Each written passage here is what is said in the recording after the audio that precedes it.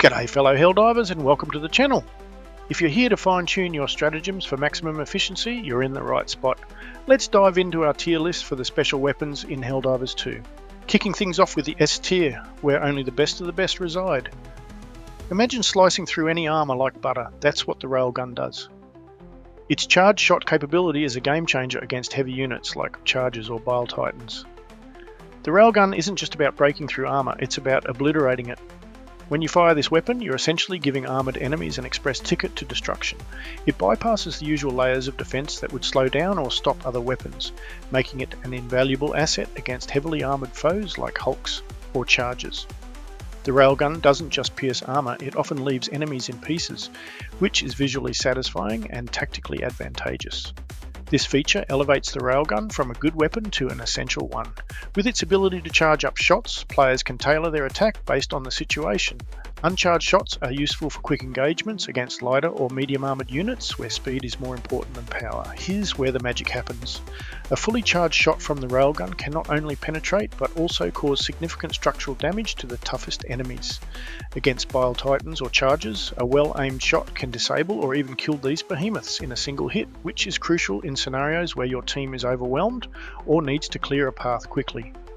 Due to its precision requirement, using the railgun effectively often involves finding a vantage point or waiting for the right moment to strike. This can mean setting up ambushes or coordinating with the squad to expose weak points. Since the railgun's ammunition is limited, strategic use is key. Players must decide when to use uncharged shots for cleanup and when to save up for those critically charged shots. In team play, having someone equipped with a railgun can shift the dynamics of battle. It acts as a deterrent to enemy advances, especially in missions where you're dealing with a high concentration of armoured units. It also allows for more aggressive tactics knowing you have the firepower to deal with immediate threats. Mastering the railgun involves understanding its range, charge time, and the exact moment to fire for maximum effect. Charging a shot leaves you vulnerable, making timing and positioning critical to avoid becoming an easy target yourself.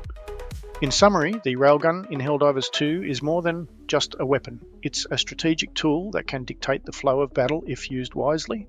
Its ability to slice through any armour like butter not only makes it a fan favourite, but also a pivotal part of any squad's arsenal against the game's toughest adversaries.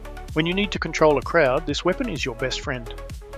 It sends arcs of electricity jumping between enemies, making it lethal in swarms and capable of ignoring armour. The arc thrower excels in situations where enemies come in numbers. Instead of targeting the individuals, it operates on the principle of area effect, where electricity arcs not just to one target but can leap to others nearby. This means one shot can effectively deal with multiple enemies. If one enemy is hit, the electricity can jump from enemy to enemy, potentially clearing out entire groups without additional effort from the user. This is particularly useful in tight spaces or when facing a horde. Unlike many weapons that require direct hits or specific ammo types to penetrate armor, the arc thrower bypasses this by using electricity. The electrical charge can affect even the most heavily armored enemies, including those like chargers or bile titans. Although it might not kill them instantly, it disrupts them significantly. This can be crucial when you can't afford to waste time or ammo on penetrating armor. By deploying the arc thrower, you can control choke points or areas of strategic importance. The threat of electric arcs can keep enemies at bay or force them into less favourable positions for your team to deal with. In coordinated play, the arc thrower can be used to stun or slow down enemies, allowing teammates to finish them off with more precise or damaging weapons. It's excellent for setting up combos where one player might start the chain and others follow up with area damage or focused fire. The nature of the weapon, with electricity jumping between targets, means there's a risk of friendly fire.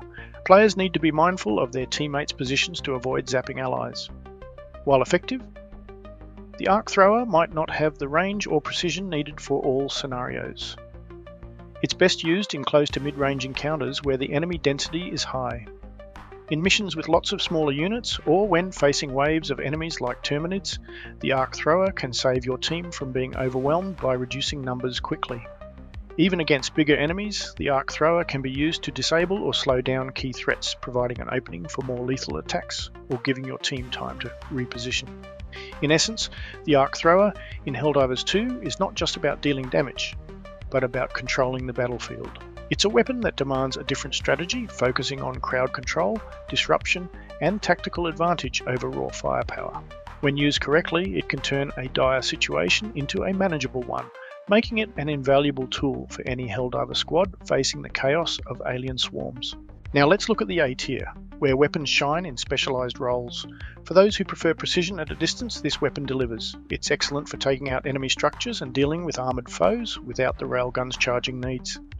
The autocannon shines when dealing with threats at medium to long ranges. It allows players to engage enemies before they can close the distance, providing a tactical advantage by keeping combat at a preferred distance where the player's control over the battlefield is maximised.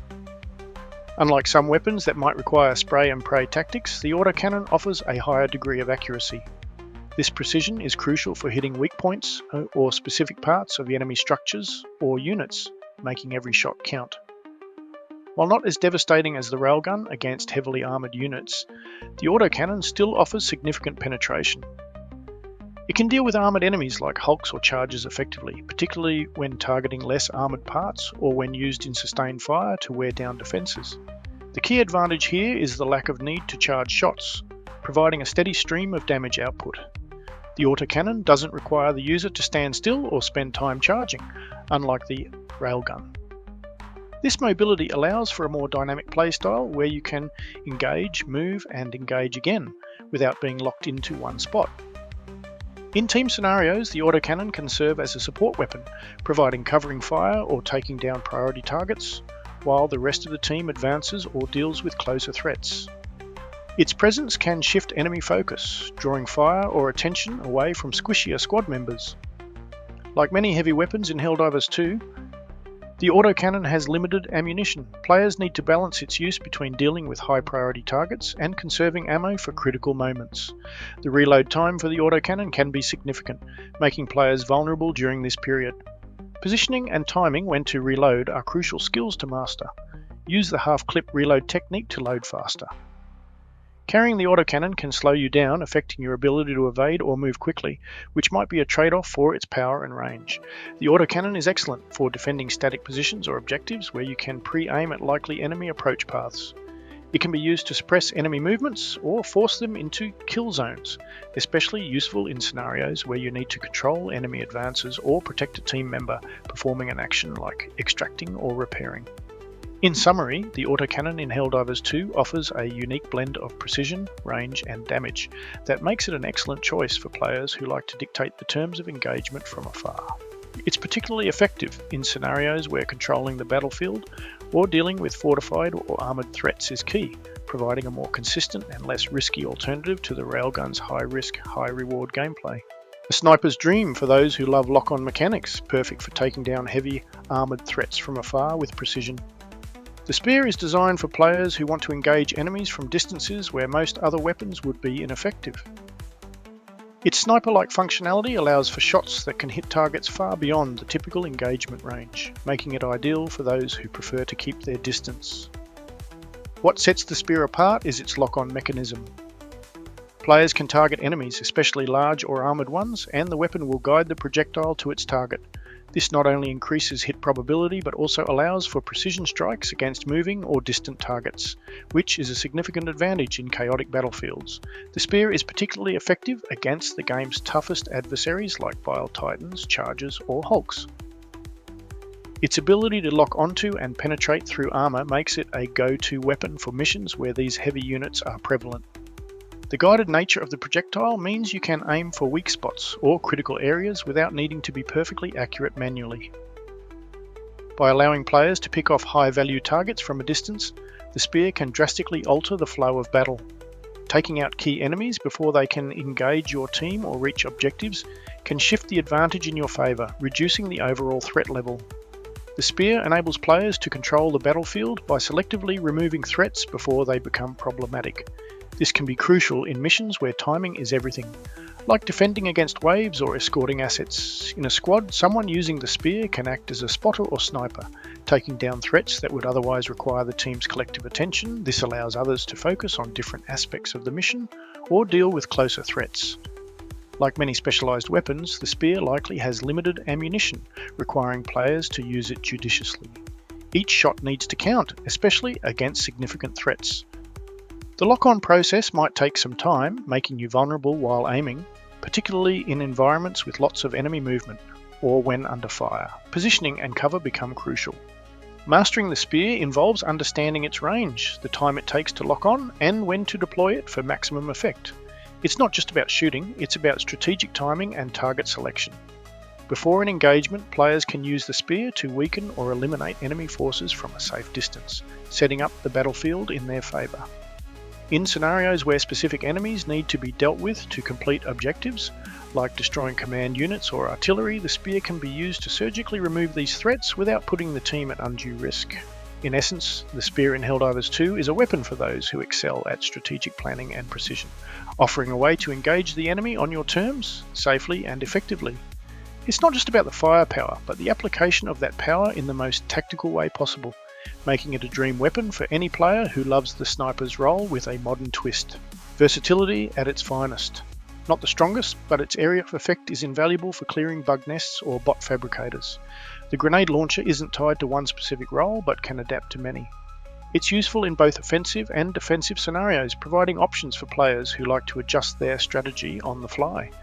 This weapon's primary strength lies in its ability to affect a wide area with each shot. Unlike direct fire weapons, the grenades explode upon impact or after a short delay, spreading damage over a radius. This makes it excellent for dealing with clusters of enemies or structures. While it might not boast the raw power of some weapons like the railgun or spear against single armoured targets, its utility in different contexts is where it shines. It's about the right tool for the job, and for many jobs, the grenade launcher is ideal. Bug holes are often hidden or spread out, and clearing them one by one can be time-consuming.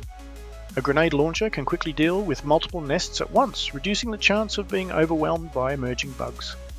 For dealing with bot production facilities, the ability to obliterate these structures from a distance with an area effect is crucial, especially when time or ammunition is a factor. In scenarios where you're facing swarms, the grenade launcher can thin out groups, giving your team breathing room or a chance to reposition. It can be used to create defensive perimeters by shelling areas where enemies are likely to come from, or to quickly clear paths through enemy lines. In team play, the grenade launcher can be used to support other players by softening up groups of enemies before a direct engagement, or by finishing off clusters of weaker foes that have been herded together. Grenades are impactful but limited, meaning players need to pick their moments. Wasting shots on single targets or in areas without enough enemies to justify the explosion can deplete your supply quickly. The area effect nature means there's a risk of damaging teammates if not used carefully. Coordination with your team to avoid friendly casualties is crucial. While the area of effect helps, the grenade launcher still requires some skill in judging distances and angles for optimal impact, especially against moving targets or when aiming at structures. In scenarios where the objective involves clearing out specific areas like bug infestations or bot production sites, the grenade launcher can expedite this process significantly.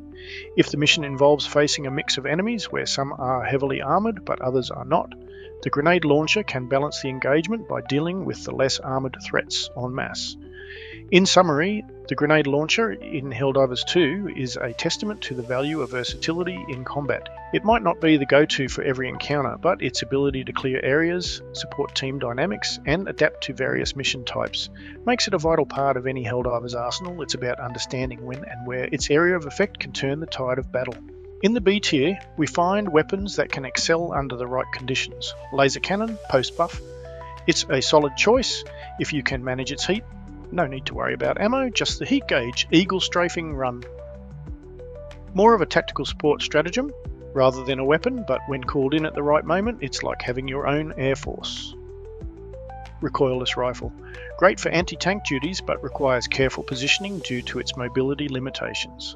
Here's where we discuss the C tier, where weapons need the perfect setup or team synergy. Flamethrower, devastating against bugs, but risky close to bots. Its short range makes it a gamble, but in the right swarm, it's lethal. Machine gun, old school firepower with modern problems like ammo management and armor penetration. It's good with the right support. Anti-material rifle, a sniper rifle for bots, but its slow reload and focus on single targets mean it's not ideal for swarms. Concluding with the D tier, where only the bravest or the most reckless dive in. Stalwart, A fun high fire rate option, but its appetite for ammo and weak armor penetration make it more suitable for lower difficulties or fun runs. Choosing your weapon in Helldivers 2 isn't just about the mission, it's about your playstyle, your team, and sometimes just having fun. Whether you're liberating with a railgun or just enjoying the chaos with a machine gun, every Helldiver contributes to the fight for freedom. If you found this tier list enlightening, hit that like button, subscribe for more strategic breakdowns, and drop a comment with your go-to weapon. Together, let's keep pushing for liberty, one tactical decision at a time. Thanks for watching, and bye for now.